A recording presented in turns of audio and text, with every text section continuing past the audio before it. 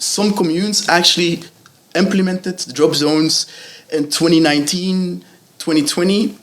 So I could not understand why, in 2023, it was still not fully implemented.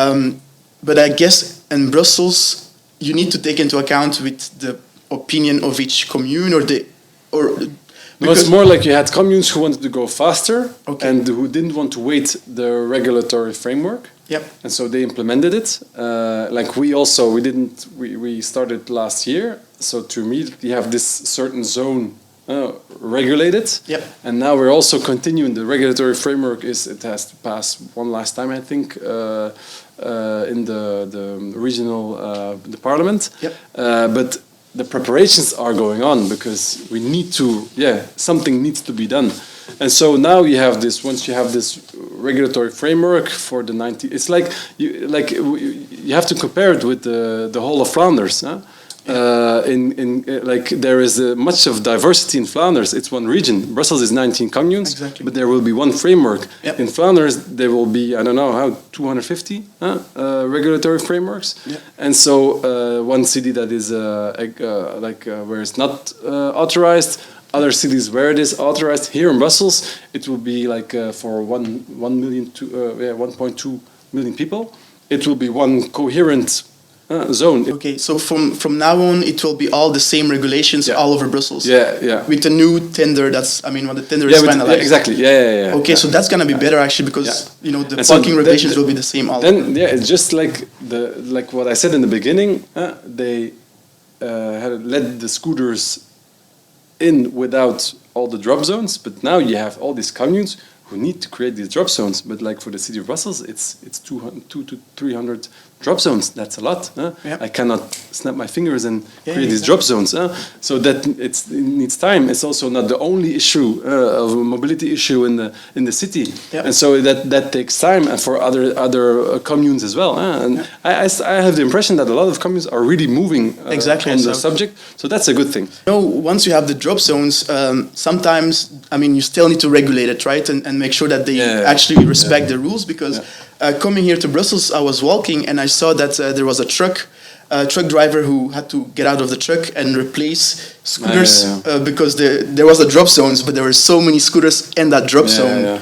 So he couldn't pass. So I was wondering how you will, try to fix those challenges in the future because those challenges, even when you have the drop zones, But they will still be there. I think that's not my job to look for the solution. I think the solution is technology. Yeah. And the solution there is that the operators have to have a kind of system where the drop zones will, once it's full, then they have to go somewhere else to park their scooter. And so I think there I really look at the sector to come with solutions because finally it's their users that need to have a certain comfort.